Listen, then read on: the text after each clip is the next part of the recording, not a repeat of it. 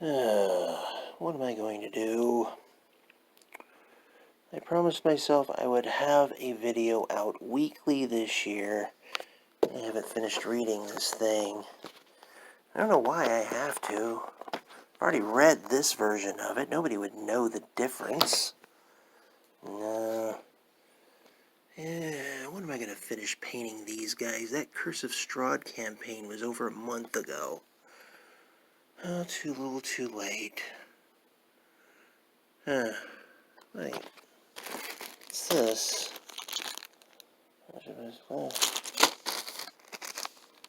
Huh. I think I have an idea.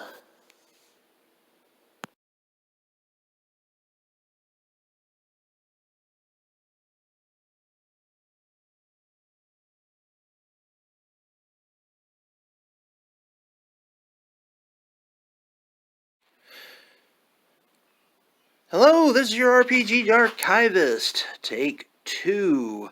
Got a nice quick video. Before I start, though, hey, Glenn Welch. Look what I found. Gone! Yeah, I found him while I was looking for the stuff. Yeah, I'm going to have to read the rules on that and maybe give that a play sometime. Anyway, yeah, that's a long time ago, by the way. I never did get anybody to play it. Oh well, that's aside there. We're talking about cards today. It's going to be a quick video, not going to lie. I didn't get finished reading Sailors of the Starless Sea, or at least the version of it that I'm currently reading. Read it before, but, you know, I've got a newer version. You'll see it in the video when I finally get around to it.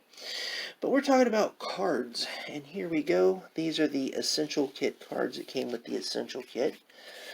These are the condition cards, which I absolutely loved, and I found them very useful just to have them out in front of me over my Discord game. And if my players were around, they would definitely love having their hands on these magic item cards. Gotta love those. And of course, there's other cards besides these. There's combat cards, which basically gives you your step-by-step of combat. Nice. Quest cards, which are the things I've used most in the Essentials kit. These are the different quests. You could hand them out to your players. And let's see, it even has a magic charm that one of the players could get at some point during the adventure. Pretty cool. And of course, D&D has had cards since forever.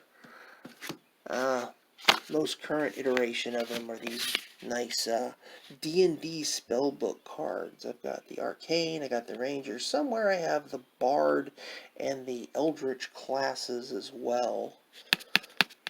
And these are all fine and good, but this is a not spellcraft, this is a dungeon craft video. And not just showing off cards. When I'm talking dungeon craft, I'm talking more homemade stuff. Like this. These are cards that one of my dungeon masters had made. He printed them out on nice, good, thick cardstock. And these are from the edition that is to be named. You really needed these for that edition, by the way. Because all your spells and abilities and so on and so forth, they all had, basically, they had like cooldowns and activations, and having these out was very useful. Check this out. I may talk about this someday. This was a signature spell from the character I was playing. And then we went from that edition to 5th edition. And he lost his signature spell. His 5th edition does not have Leaf Wall. He also lost his animal companion, which is very disappointing because I really was very attached to Skittles. And of course, we're going up to 5th edition land, where my Dungeon Master, on that particular game, made some cards for Curse of Strahd. He got a lot of these things I wouldn't bother with. Oh, look at this, a fine mustache. Fun times. So yeah, you could print out your own stuff. Get on the internet. Print your stuff out, put them in lamination. Very useful, very handy. Players will love it. But this is not only a Dungeon Craft video. This is a Budget Dungeon Master video. Boom. This is what I often use in games.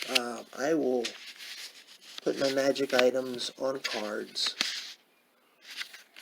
Usually put the name of the character that belongs to them. Here's another one. I had fun with this one. And there you go. And if you ever transfer your magic item to somebody else, it's always handy to pass them on to that person by hand. They could find out exactly what they do right off. If your Dungeon Master is the creative type that likes to make their own magic items and it's not in the rule book, this is your go-to right here. Something else I like to do, so I'll put spells that I use on index cards. I'll often put the page number on there so I can find out the details. Very cool. And let's see, there was something else I had in here. Oh yeah, sometimes I'll even put my racial traits on there. I didn't bother putting the dark vision on the half-orc, because everybody knows what half-orcs have dark vision. That's why a lot of people even will choose them, because they can see in the dark. That's always nice. Yeah, index cards. These are really old ones. I don't know why I keep them, because index cards are cheap. Here's some that don't have the lines that I've been using for other things. They're cheap. When you're done with them, you could throw them away. If you want to get creative with them, you could draw pictures on them. They're handy as a dungeon master because you could write down exactly what a magic item does, or what a thing looks like, or what have you, and hand it to the player directly. And if you're like me and you found you had to drop a game, having all those magic items on your index cards, you could walk up to the game master like I did for one game and say, hey, I'm going to have to drop your game. I'm really sorry. I really enjoy it. But just so that the other players don't miss out, this is my small stack of magic items that I had, and you could take those and divide them however you like. Anyway, that about sums it up. Like I said, a nice, fast video. Index cards. They are a player's best friend. They are a dungeon master's best friend. Outside the core rulebooks, of course. Yeah. Cheap, handy, disposable. You gotta love them.